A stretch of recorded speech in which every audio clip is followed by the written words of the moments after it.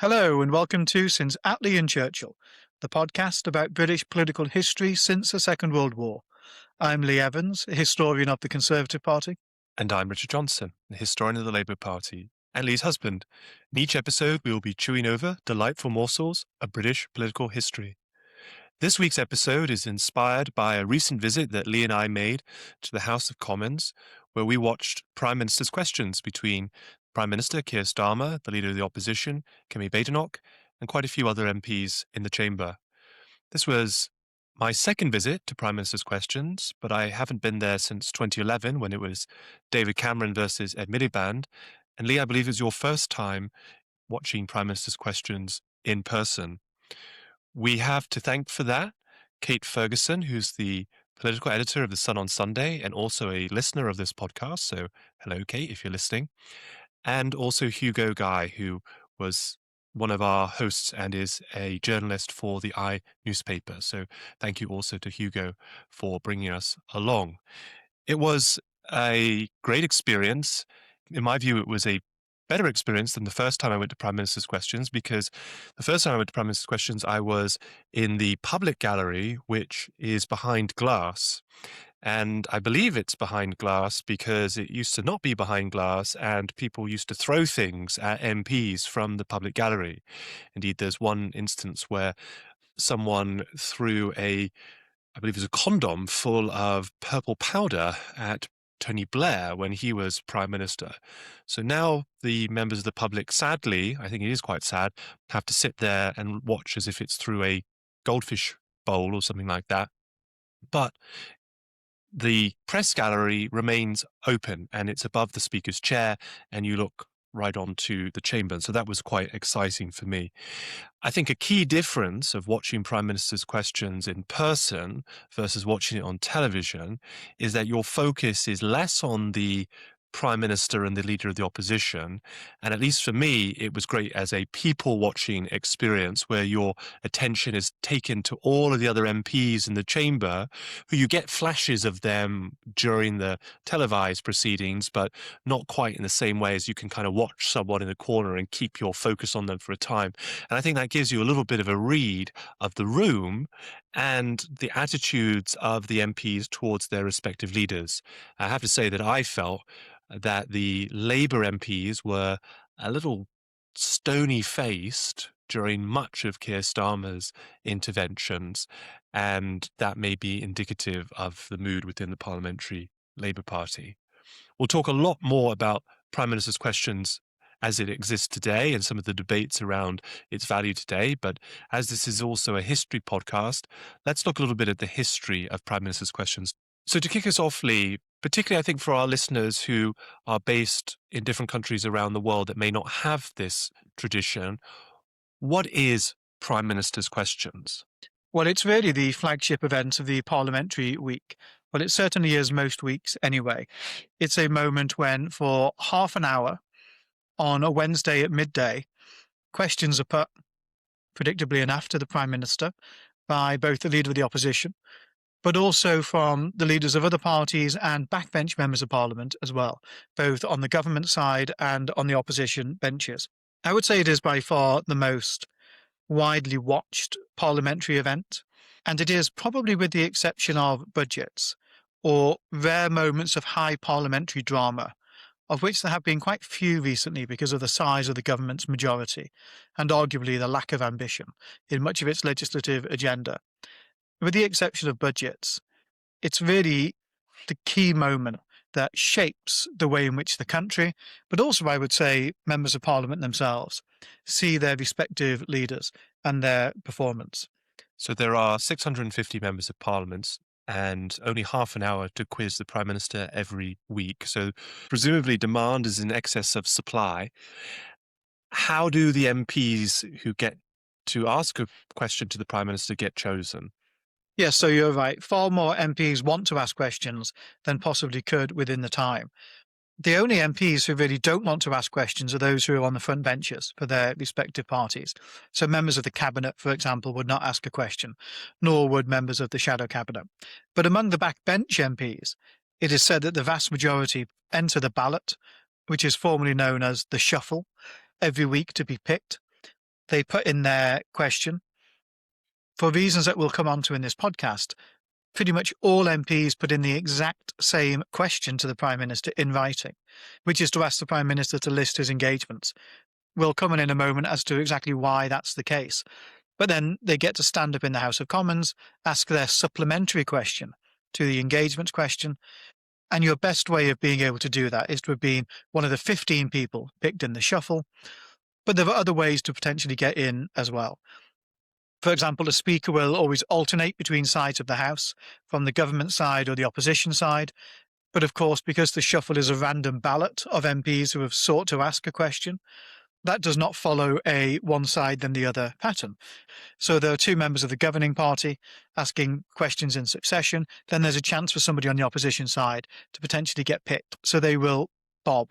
They will stand up every time that a new question is being called to try and catch the Speaker's eye and have their chance to interrogate the Prime Minister. So let me just get this straight. So if you have, let's say there were 3 names pulled out of a hat in succession, and those names were Annalisa Dodds, Labour MP for Oxford East, Cat Smith, Labour MP for Lancaster and Fleetwood, and Lizzie Collins, Labour MP for Morecambe and Lunesdale. The Speaker might inject a Conservative in between one of those women who is just rising up from the floor to gain the Speaker's attention. Yes, it's not guaranteed. So the order in which they are picked may in fact change as well to try and instill some partisan balance. So if further down the order paper there are 3 Conservatives in succession, then it may be the case that one of them gets pulled further forward. But yes, it is a balanced interrogation. So the Prime Minister gets often quite a soft question from his own side, and then a tougher question very often from the opposition side. The only people who are guaranteed the right to ask questions are the leader of the opposition, who gets 6, and the leader of the third largest party, who gets 2. And we, I think, who are interested in British politics, have grown up watching Prime Minister's questions. We were born just at the time when Parliament is first televised, and we were precocious children. I was watching Prime Minister's questions from a rather young age, and if you're brought up with it, you assume that it's just a timeless feature of the British Constitution. But in fact, it isn't. It is something that has, as with many aspects of parliamentary procedure and with the British Constitution, it has grown and developed over time in a fairly organic process. It's not the case that the Prime Minister's questions that we see today is the result of someone 200 years ago sitting down and saying, this is a rather good idea, let's do that. So let's just walk through some of that history. I think it's quite interesting and not especially well known. So, Lee, is there a point where you can say that Prime Minister's questions began, or is that too simplistic? It's a very good question. I think there is a moment in time when you can say that questions to the Prime Minister became distinct from questions to any other minister. And then from that moment on, you can begin to see its evolution, both as 2 things happen. 1, the growing importance of the role as Prime Minister, and 2, the growing demands on being Prime Minister as well. And we'll unpack both of those as we go on. The moment when I think you can see Prime Minister's questions singled out as something separate from questioning another minister is 1881. So at that time, William Gladstone is Prime Minister. He's 72 years of age. And up until that point, if you were a member of Parliament and you had a question for the Prime Minister, you would submit it in the way that you would submit a question for any minister. And on days on which ministers were answering questions in the House of Commons, the questions to the Prime Minister would be treated the same as questions to anybody else. Because of Gladstone's age, in part, they agree that rather than make him sit there through all ministerial questions, he'll only have to sit through the ones at the very end, primarily the ones to him. So Prime Minister's questions get singled out as being at the end of questions to ministers. And I think that's the moment at which we can see this as being its own phenomenon. And it then rapidly develops in the years ahead. One little fly in the ointment, though, is that Gladstone's Conservative opponent at this time is not actually a member of the House of Commons. It's the Marquess of Salisbury, the third Marquess of Salisbury, Lord Salisbury, who is sitting in the House of Lords. And so when Salisbury becomes Prime Minister, he's Prime Minister for 13 out of the 17 years. You have a situation where this kind of convention has just started to emerge in the House of Commons, but then the Prime Minister goes to the Lords. The Lords has its own practices, quite a different vibe, shall we say, in the House of Lords. And I guess that means that, in a sense, that convention doesn't quite get enough time to bed in. So once Salisbury's out of the picture in 1902, I guess the story can kind of recommence. Yes, so 1902, in many respects, is from a political side the beginning of the 20th century, in that the year before Victoria's died, 1902, Salisbury resigns, but then never again, with a very brief and really technical exception, in 1963, does a Prime Minister serve from the House of Lords. So really from 1902 onwards, you're talking about questioning the Prime Minister being purely a House of Commons phenomenon. The person who becomes Prime Minister in Salisbury's place is his nephew, Arthur Balfour. What the transfer of the Prime Minister back to the House of Commons in 1902 does for Prime Minister's questions is it puts it back into a context in which questioning ministers has been more tightly regulated. So in 1902, there's a limit on how long ministerial questions can last before Parliament moves on to other business, and that is set at 40 minutes. A couple of years later, it gets extended to 55 minutes. And why that matters is that the principle is still being applied, that questions to the Prime Minister will come at the end of ministerial questions. So very often, MPs who have put in their question or want to ask a question of Balfour as Prime Minister don't get called because they're timed out among all the other ministerial questions that are being put. But in truth, I don't think they were necessarily missing out on much, as Balfour had quite a parsimonious approach to answering questions. There's one occasion in 1906 when he's being interrogated by a member of Parliament on the nation's defences, particularly in the context of German imperialism. And he simply replies that it would serve no public object if Balfour were to share his views on the subject, and therefore refuses to answer in any greater detail. Well, fast forwarding a little bit, another Prime Minister who was known for his clipped responses was Clement Attlee. And I guess thinking about when Attlee's Prime Minister, it's a rather strange time because the House of Commons had been bombed in the Second World War, and the MPs had decamped to the chamber of the House of Lords. So I think there's something about the space of the House of Commons which adds to the temperature of Prime Minister's questions in a way in which the House of Lords doesn't. The House of Lords is just it's a larger, grander chamber. You've literally got a golden throne in the chamber, whereas the House of Commons is much more kind of crammed in, more almost proletarian in its nature.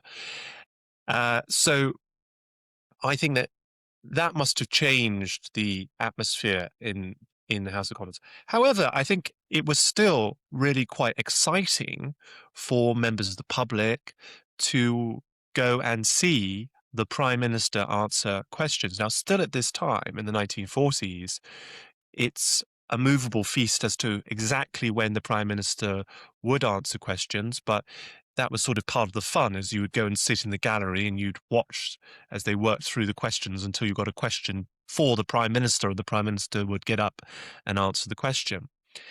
And the reason I talk about Attlee is I remember an episode described in the memoirs of the Labour MP Tom Dryburgh, who was a rather lascivious character. Perhaps someone will do a podcast episode on at some point. They don't make him like Dryburgh anymore. You'd probably say, Lee, thank goodness. And he was good friends with Louis Mountbatten, Earl Mountbatten of Burma, because they had a side story, which we could talk about in the other podcast, a connection through the Second World War to the prisoners of war in Southeast Asia.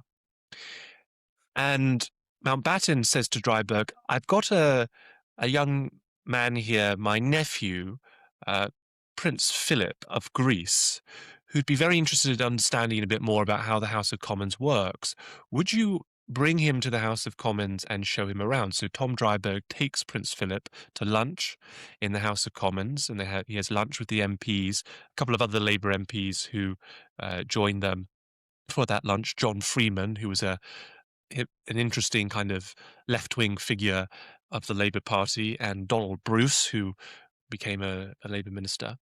The highlight of that day, Dryburgh writes in his memoirs, is taking Prince Philip into the gallery and waiting until Clement Attlee stands up on his feet and answers questions from MPs. So there's something quite magical, I think, about in our system where the Prime Minister is a very powerful figure.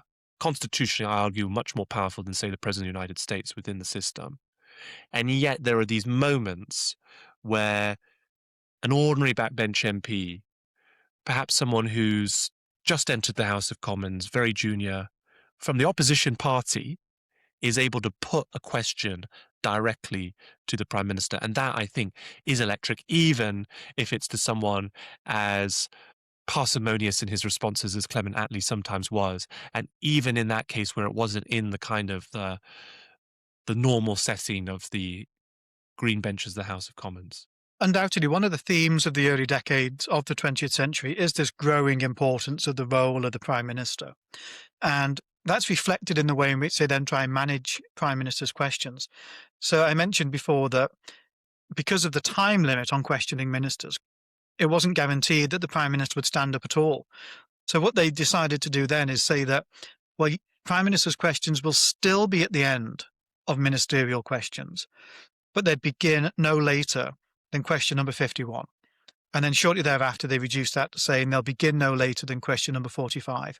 So what you see is this squeezing of scrutiny of other ministers in favour of making sure that the Prime Minister can be interrogated. And it's worth saying at this time, there was not an expectation that the Prime Minister would be there every single day. There were still events and international visits and all the rest of it. But there was the expectation that ministers en masse would be there potentially to answer questions on relevant days, and that the Prime Minister would often be among them. And when the Prime Minister wasn't there, rather than deputise to the deputy leader or a deputy Prime Minister, it was usually deputised to the Lord President of the Council or the Leader of the House of Commons at that time. And so those roles today, I think, are not seen as important perhaps as they once were. But I can remember even in the 1960s, Dick Crossman was very excited to be appointed by Harold Wilson as Lord President of the Council, because that was seen as a very weighty role. And Michael Foot was delighted to be appointed Leader of the House of Commons in the late 70s. Whereas now, some of that deputising responsibility, which had been vested in those roles, is now taken up by the Deputy Leader or Deputy Prime Minister. So, still at the time of Attlee, Prime Minister's questions is not a fixed time in the day or even a fixed day in the week. So when does that change?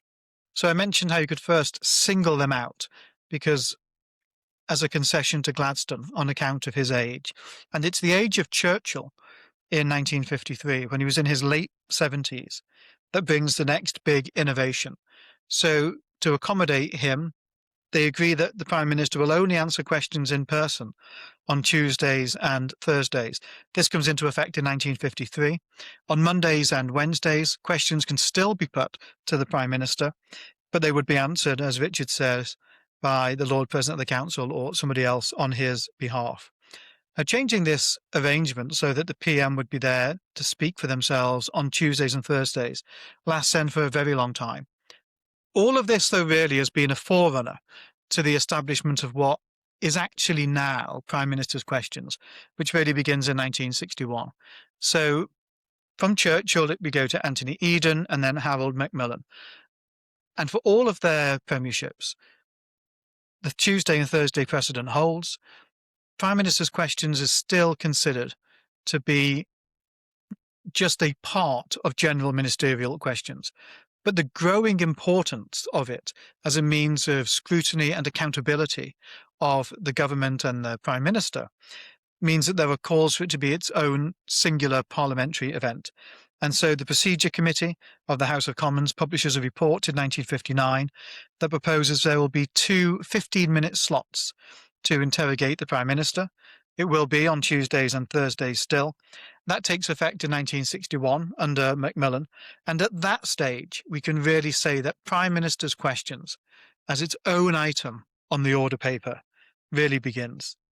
Can I just say for a moment how extraordinary it is to think that there were two Labour leaders who faced off in the House of Commons chamber against every Conservative leader between 1923 and 1990.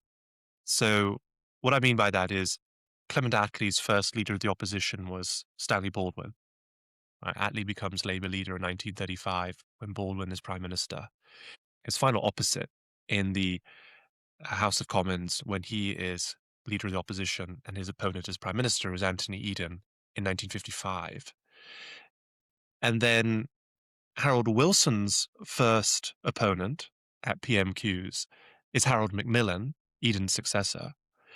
And his last opponent in PMQs is Margaret Thatcher in 1976. So you have this extraordinary coverage of British history with these two Labour leaders. How was Macmillan as a performer now that PMQs has established its own solitary slots in the parliamentary weekly timetable? Generally speaking, Macmillan is praised for his performance in the House of Commons, in part because he really cared about it. Of course, this is an era when the House of Commons is not televised.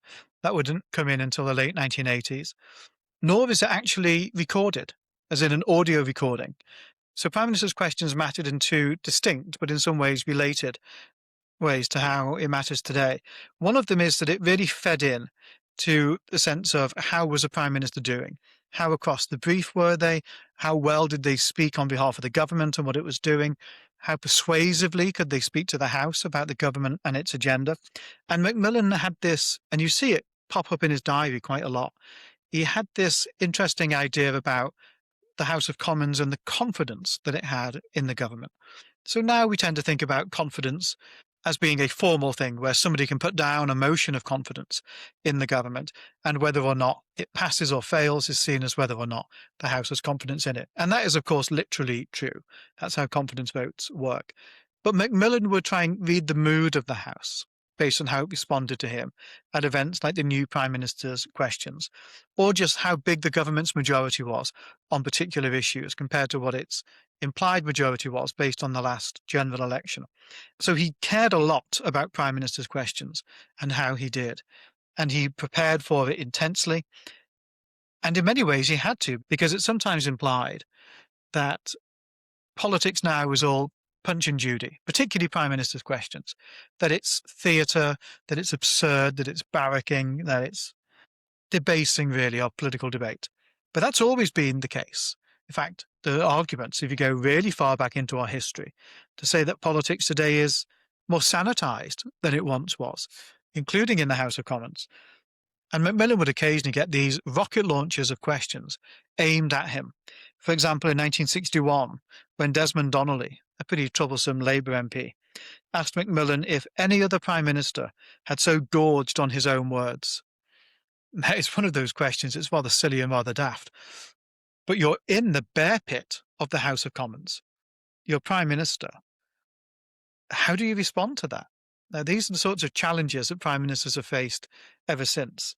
And you've got to be quick on your feet. Yeah. And that's a skill that all MPs can learn over a number of years. And I think one of the benefits of our politics of a past age, which we don't quite see the same way, is that we used to have, not always, but quite often, prime ministers who'd been MPs for a long period of time before they became prime minister, and that's you just learned how to handle that. Or I think in some of these cases, these politicians were quite active in debating at university, in the Oxford and Cambridge unions, which are by no coincidence are set up in a very similar style to the House of Commons. So that would be another place that they would learn some of those techniques. One of the curious things I think about Prime Minister's questions at this time is that there was not a firm expectation that the Prime Minister would answer every question put to the Prime Minister. And I suppose part of that might make sense. If someone asks a question, let's say it's the Health Secretary who's answering questions, and an MP stands up and says, "It's all very good and well talking about health, but tell us a little bit about international development, or tell us a little bit about transport." Well, the Health Secretary could rightly say, "I will refer that question to my colleague, the Minister for Overseas Development, or the Transport Secretary, or whatever it might be." And as a Prime Minister, when you're in effect chairman of the board, you could reasonably say, well, this is a question relating to health policy or education policy or overseas development policy, and therefore I will refer your question to the relevant minister. And as my understanding is, that did happen fairly well with some frequency in the mid 20th century. Yes, and so the 1970s becomes a really important period for the evolution of Prime Minister's questions for just that exact reason. People don't want their question to be fobbed off. They don't want it to be passed along to a minister to answer instead. And so people try and think of questions that are transfer proof so that the Prime Minister cannot transfer them away. There are a couple of techniques for doing this. One of them is to ask the Prime Minister a question which only he could answer. So sometimes people would ask the Prime Minister, and the important thing here is to remember, this is the written question on which you are hoping to ask a supplementary in the chamber itself. So sometimes people will put down a written question, which is, can the Prime Minister tell us when he last met representatives of the Trade Unions Congress? And then they could ask a question about the economy or employment or industrial relations or anything like that as their supplementary. An emerging technique to avoid the Prime Minister being able to transfer the question away was to simply ask the Prime Minister, can he list his engagements for the day? And then from that question, you were seen as being able to ask a supplementary on anything that you like, because you're asking the Prime Minister basically to answer on the topic of being Prime Minister, and therefore you can ask them a question on the topic of being Prime Minister.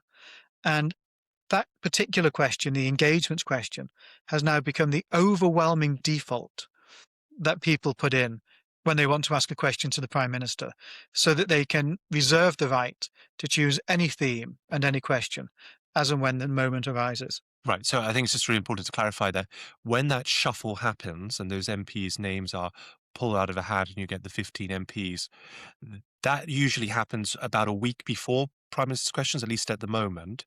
It's usually on a Thursday in advance of the PMQs on the Wednesday. So that gives MPs a little bit of time to think about what question they're asking.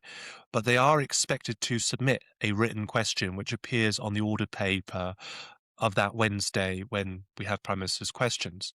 So this is what you're talking about here. This is the question which appears on the order paper. This is the written question. And the importance of that is the Prime Minister gets to see it in advance, right? So the Prime Minister gets to prepare it.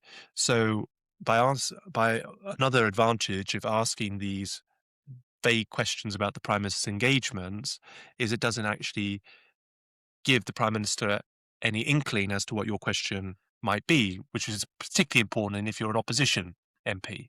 Nor does it limit the MP asking the question to asking only about the topic of their original written question. So this became the really key way of trying to avoid Prime Ministers transferring them. It took a while, though, until that was very widely adopted. And there was still the practice into the 1970s that questions would occasionally be transferred. Jim Callaghan, Prime Minister from 1976 to 79, basically said he would no longer do it. And then from 1979 onwards, Margaret Thatcher decided that she would answer every question that was put down for her.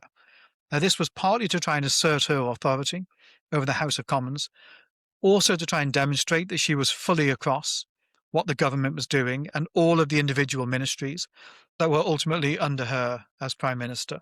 And so then from Margaret Thatcher onwards, the principle was very well established that prime ministers would always answer questions put to them.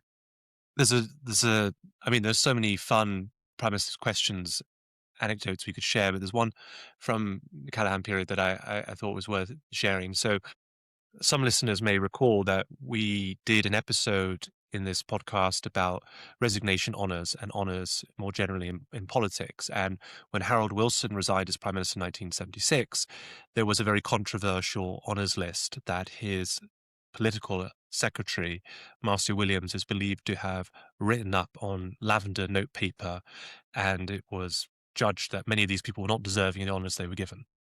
In 1977, around the time that Callaghan is now Prime Minister and contemplating making nominations for honours, there's a Prime Minister's questions. And Callaghan begins with the classic phraseology where he says, in addition to my duties in this House, I shall be holding meetings with ministerial colleagues and others. And the first person to respond to that is the left-wing Labour MP, Dennis Skinner. And Skinner rises up and he riffs on this question. Most MPs don't make reference to this statement. It's just a bland kind of placeholder. Skinner goes, will my right honourable friend be meeting with his political advisers today? And if he does, would he engage them in a discussion of the honours list? And Skinner's now gearing himself up to get into a bit of a tirade over the honours system. He says, will he then take out a large sheet of clean, and he paused just too long, and this is one of the things you learn how to get the rhythms right. He paused just too long for a quick-witted MP to shout, lavender paper. Skinner corrected, white, not lavender paper. He then continued, and would the Prime Minister write on it the word, too slow again. Another MP shouts out, Skinner! The House breaks out into laughter, and Skinner's been thrown off his pedestal a bit. He says, I ask my right honourable friend to resist that suggestion for a start. He then tries to recover. Will he write on it the words, the honours list is undemocratic and I intend to abolish it? Well, It's actually a rubbish question anyway. It's a terrible question. I don't really understand the flourish about paper.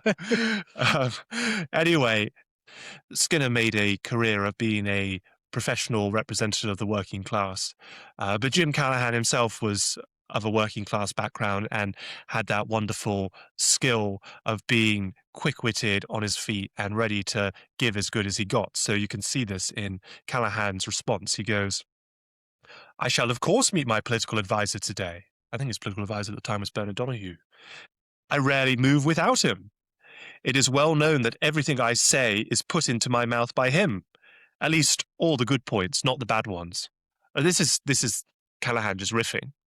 I wonder if Keir Starmer could riff in the same way today. I suspect not. He then turned to Skinner's misstep.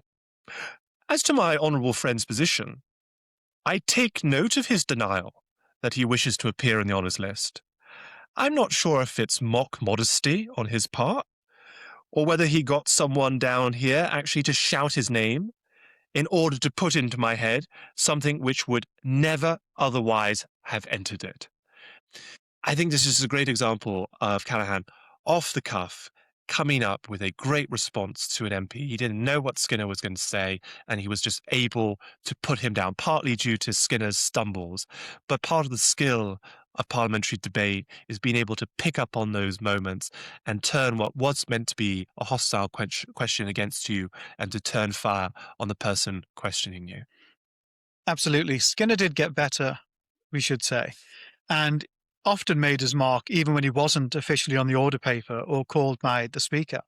So when John Major stood up for the first time in 1990 to answer a question at Prime Minister's questions following the fall of Margaret Thatcher, before Major could even utter his first word, Dennis Skinner shouted from his seat, "Resign!" Of course, John Major then stayed in office for 7 more years. The curious thing about that as well, whilst we're on the Dennis Skinner theme, in 1990, John Major made a joke about whether or not Dennis Skinner, who had often pledged that he would only be an MP, up until the age that a minor would ordinarily retire. Well, Dennis Skinner was approaching this in 1990, having been an MP for 20 years, since the 1970 general election. And John Major makes a joke about this. Now, Dennis Skinner would remain a Member of Parliament till 2019, and he stood at that election, but was defeated by the Conservatives. So maybe he came to wish he rather had gone a little bit sooner. Yeah, I think Dennis Skinner makes that pledge. One of the times I've heard him make his pledges, I think on Desert Island Discs, which, 40 years ago. Yeah, it's quite remarkable. So Prime Minister's Questions basically remains in that format through the major years. But once Tony Blair comes in, we see quite a few shake-ups of PMQs. And it's really as with so many aspects of our constitution and parliamentary practice, we are living in the shadows of Blair's reforms and changes. But maybe these ones are not as bad as some of the other ones that we've talked about on this podcast. So how does PMQs change under Tony Blair? Yeah, sure, right. This is Tony Blair's world, and we're all just living in it. I'm sure he'd love to think that. So, two things happen with Blair. One of them is fairly technical and makes quite a lot of sense. So, even when most MPs were simply asking the same question around engagements as their written question for the supplementary, they would stand up and say, "Number one, Mr. Speaker," or at the time, in fact, in 1987, "Number one, Madam Speaker," as Betty Boothroyd was in the chair at the time. And then the Prime Minister would stand up and the first time round would give a quite perfunctory answer of their engagements. Meetings with ministerial colleagues and others, and in addition to my duties in the House, I shall have further such meetings later today, the standard formula. But then another person would say, "Number two," and sit down. And then the Prime Minister would stand up and say, "Well, I refer the honourable member to the answer I gave a few moments ago." Well, that is obviously totally unnecessary, because it's all a bit of a charade now around questioning the Prime Minister's engagements. So Betty Boothroyd announced that from now on, all questions could just follow the person who has said number one without having to repeat the number of a written question. And you would only have to read out the number if you had in fact put down a different written question, which is vanishingly rare. But it is possible for an MP to put down what we would call a substantive question in that written form in the order paper.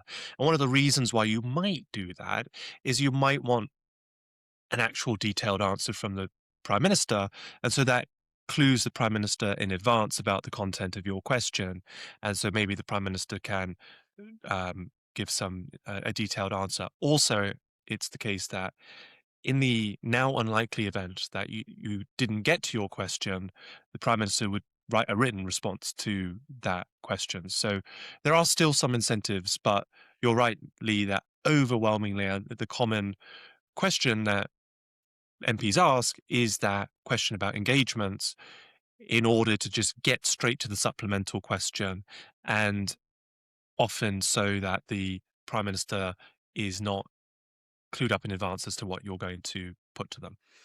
The big change in 1997, though, is how many times the Prime Minister is answering questions in the House.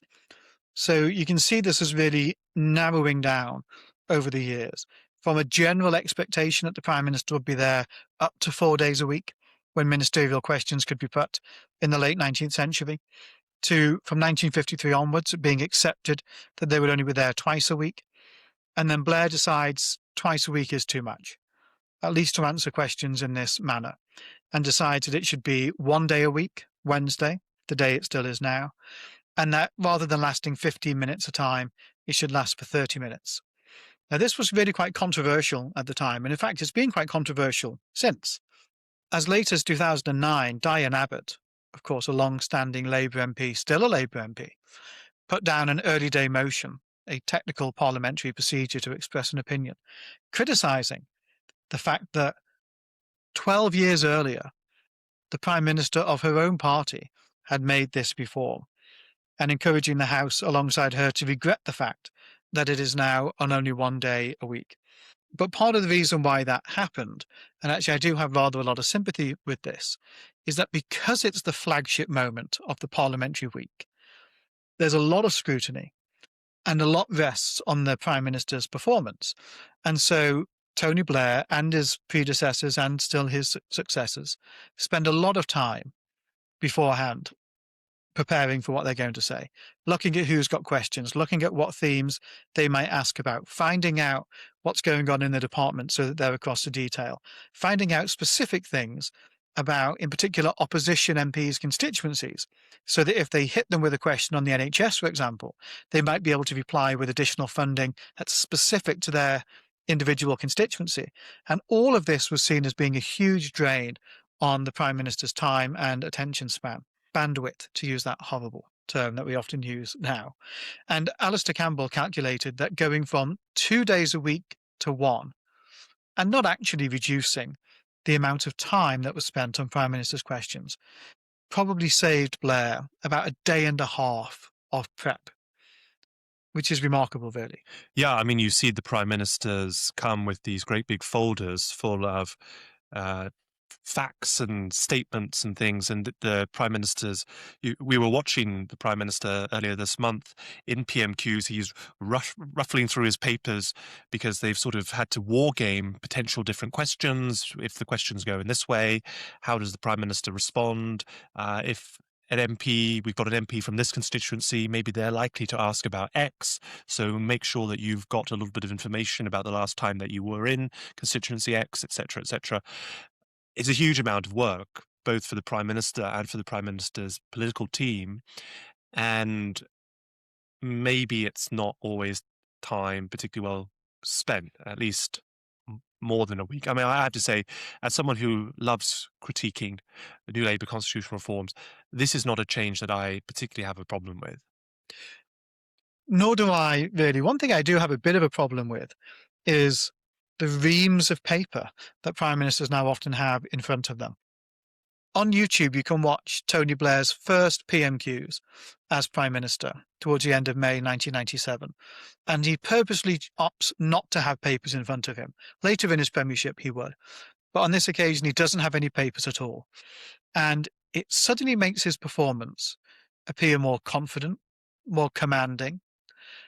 It makes him as a person look like he's much more across the detail, including when some of the questions appear quite niche and you wouldn't necessarily know what a new Prime Minister is going to do on that topic. Stephen Twigg asked a question about drug strategy. Now, as it happens, Blair would have known that question in advance because he was being asked by a Labour MP, so I suspect he did know it in advance. But the fact that he can then answer confidently and almost casually without reading from a script actually gives a greater authoritative air, I think, to his performance, which is lost by these bundles of paper flicking back and forth, particularly when, and we see this a lot in Prime Minister's questions over the years, particularly when one of the things that's scribbled down or typed out in the notebook is a joke. And we all know that you can never quite read a joke as well as you can say a joke if it appears spontaneous. Well, we watched a scripted joke when we went to Prime Minister's questions where Keir Starmer made some kind of comment about, was it about Badenoch having different positions, more positions than you'd find in the Kama Sutra, or something like that? The issue being as well, that's like an old joke. Yeah, it's been said so many times now. Yeah, it's not especially funny. And it's not as good as the joke you made at the same time about IKEA, going to IKEA, and a joke about finding the shadow cabinet, which you then talked about being made of dead wood or something like that. Now, it's a bit laboured. It's a bit laboured, but it's a better joke. At least it's new. I had to tell you, my favourite Prime Minister's questions joke, I think, was when John Prescott, who was deputising for Tony Blair, Prescott was Deputy Prime Minister, and was going against William Hague, the Conservative leader of the opposition. And of course, John Prescott's famous for, in the 2001, punching a voter after the voter threw an egg at him. And Prescott makes reference to the fact that people talk about the atmosphere in the House of Commons as being Punch and Judy politics. And Prescott goes, but if I'm Punch, what does that make him? I just thought it was very good. I mean, William Hague was also, we'll come on in a moment to talk about people who did it very well. But whilst we're on that theme, William Hague was a very good performer in Prime Minister's questions, including when he was up against John Prescott. Some people may think it's a little mean with hindsight, but at one point when John Prescott's given an answer, Hague replies, Mm. There was so little English in that answer. Jacques Chirac would have been proud of it. It's another good one. Very good. They're well worth looking up. The Prescott versus Haig PMQs. I think they're just some of the most amusing of the format. And I think the final reform that Blair undertook for Prime Minister's questions was to change the time of the day. Do you think there's any significance to that? I think the only real significance was that it gets wrapped into changes for more family-friendly hours in the House of Commons, which is a whole other kettle of fish, Pandora's box, pick your metaphor.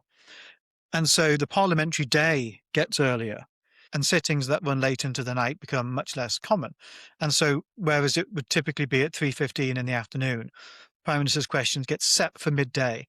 And so if you've watched Prime Minister's questions in the last 20 years, you would basically have had that model, really, for PMQs once a week on Wednesday for 30 minutes. And that basically hasn't changed since. At midday. At midday. At lunchtime.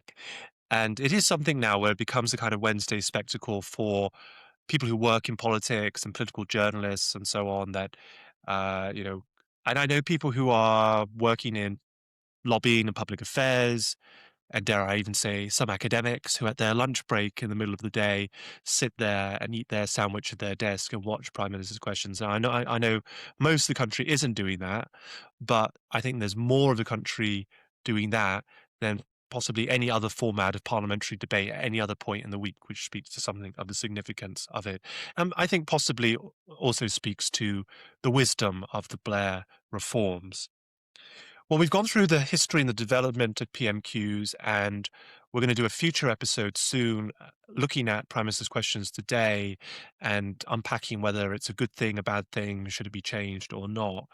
But just to reflect on the history still of Prime Minister's questions, Lee, who do you think was the best at it? And who do you think maybe was the worst at it?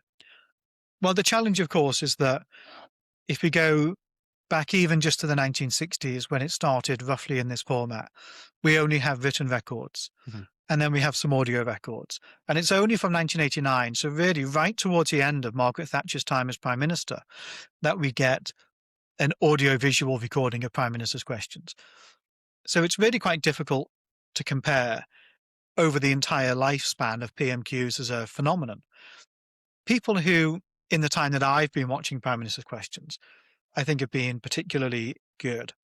So I've already mentioned Tony Blair. I think Tony Blair was very, very good at Prime Minister's questions. Responsive, witty, across detail, very impressive. Haig versus Blair was arguably the best leader of the opposition versus the best Prime Minister at answering. They were both very good. And Haig also, very witty speaker, good House of Commons man, responded to it all well. Looking back on Prime Minister's questions, David Cameron had a good, natural, authoritative air at the dispatch box and could also deliver a joke. Sometimes a bit of a dad joke. That's fitting with him as a person, I think. But I think he did very well generally in Prime Minister's questions. Somebody who I think could at times be an extraordinary parliamentary performer, but at the time that they were Prime Minister was a very poor one, was Gordon Brown. So when you watch Gordon Brown deliver his budgets, again, he has this, helped, I think, by this baritone Scots voice. He has a very authoritative way of delivering a budget, say in the House of Commons. But when he's in the bear pit of the Commons for Prime Minister's questions, and particularly after he bottles that general election that never was in 2007, and his reputation, including for honesty, never really recovers, he really starts to struggle in that format. There are times when you can see his hand shaking on the dispatch box, as if he's almost nervous, which for people who had seen, I think, the whole of that 97 to 2010 period feels remarkable that Brown became such a reduced figure. But that is what Prime Minister's questions, I think, was able to do to him. Subsequent to David Cameron, I would say I don't think any of the Prime Ministers have been particularly good at doing it. And a final thing I do want to mention on relative performances, somebody like Boris Johnson, it's not a classic oratory that he would deliver, but there are moments and there are settings in which he can totally grab the attention of people in a room and deliver a superb speech. I don't think Prime Minister's questions was really his format, and I don't think it suited him very, very well. I share the same top three Blair, Haig, Cameron, and I share the view that Brown was particularly bad. I would also add it to that Theresa May, I think for similar reasons to Brown, very wooden. It's interesting also the trajectory of leaders and how they relate to PMQs. So some leaders, I think quite a few, become better over time. I mean, I don't think Keir Starmer's brilliant at PMQs, but he's much better than he was when he first became leader. Kemi Badenoch seems to be getting better and better at PMQs as well. Someone who I think went in a bit of the opposite direction is Harold Wilson. And we don't have video audio of Harold Wilson at Prime Minister's Questions, but it's reported that when Wilson first became Labour leader, he was seen as extraordinarily good at it. And you can kind of understand that if you see the way that Wilson behaved on the campaign trail, and his manner of public speaking was very much about riffing off the audience and that sort of thing. So you could see how that he was probably trained in doing that a bit. Maybe it's a bit of a mutual thing, both in street politics and in House of Commons politics. By the end of his time as leader, I mean, if you remember, he was leader of the Labour Party for quite a long time. He became leader in January of 1963, and he was still leader in the spring of 1976. By the end, he was a bit of a nervous wreck when it came to Prime Minister's Questions. And Bernard Donoughue, his political advisor, writes in his diaries about how Wilson would drink heavily before Prime Minister's Questions. He'd drink whiskey to calm his nerves because he found it such a terrifying prospect. I don't know if we've had any recent leaders who drink heavily before PMQs. Probably not. I think their political advisors would probably advise them not to do that today. But yeah, Wilson kind of devolved rather than evolved in his strengths at PMQs. It's an interesting thought, and I think it shows as well that being good at Prime Minister's Questions, is a discipline that you have to maintain over the course of your time as leader of the opposition or Prime Minister, but also that it's a marathon and not a sprint, and that sometimes people start well and do get worse. May, I think, was actually an example of that. She seemed quite authoritative, particularly up against Jeremy Corbyn, I think it's fair to say, in her early appearances. That's true. That's true, actually. Yeah. And actually, even Liz Truss's first appearance as Prime Minister's Questions had people who didn't support her for leader, like me, think, well, that wasn't bad. To be fair, that was okay. And then, of course, the following month, she was resigning amidst the mess. So having a good start at Prime Minister's Questions can be a misleading guide to performance. And really, you want to take somebody's career at the dispatch box in the round. We finish this episode, as we normally do, by talking about our books that we're reading at the moment. And I'll go first. So at the moment, I'm reading this book called The Last Leonardo, The Secret Lives of the World's Most Expensive Painting by Ben Lewis. This is a little bit out of my normal repertoire of book reading. I am not an art historian. I'm a bit of a Philistine, I have to say, when it comes to matters of fine art culture. But I saw this book months ago in Riga Airport in Latvia, and I just bought it on a whim. And I've started reading it, and it's really very, very interesting. So this is about the story of a painting called The Savior of the World, Salvator Mundi, which is alleged to have been painted by Leonardo da Vinci. And if true, as various art experts allege, then it is the discovery of a Leonardo, which apparently there are only like a dozen in the world. So it's actually extraordinary find. But what this book has taught me is about how subjective art expertise really is. Because even if this painting was even if this painting was painted by Leonardo da Vinci, it's undergone so many different changes in terms of people trying to do it up and then undo the doing up and then do it up again, that even when modern conservators do up a painting, they had to kind of guess as to what it originally looked like. And if it's done by someone who thinks, well, I'm going to do it more in the style of Leonardo, that then gives it the impression that it's more likely to be a Leonardo than not, just by looking at it facially. And there's all kinds of other elements of technical expertise about this. But it reminded me, like, these paintings are a bit like, if you remember Only Fools and Horses, Trigger's Broom, where at the end of the day, is this still really a Leonardo da Vinci painting? So I'm sort of halfway through it at the moment. It's It's a pretty good book, and it's sometimes good to just take yourself out of your normal reading about British political history and do something a little bit different, and that's what I'm doing this week. This week, I've been dipping back into Heroes and Contemporaries by Jonathan Aitken. So, Jonathan Aitken will be familiar to many people. He was a Conservative MP and a minister whose parliamentary career ended in disgrace, and he was ultimately jailed for perjury. He is, notwithstanding that pretty damning point, a remarkably intelligent man, a very thoughtful and interesting man, and I think a very good writer. And I was dipping into this partly for the chapter on Lord Beaverbrook, who happened to be his uncle. Lord Beaverbrook was a great newspaper proprietor, or one of them, in the early 20th century. But what this book is, it's a format that I have a great soft spot for. It's chapters looking at the lives, from quite a personal perspective in lots of these cases, of 10 remarkable figures in British history.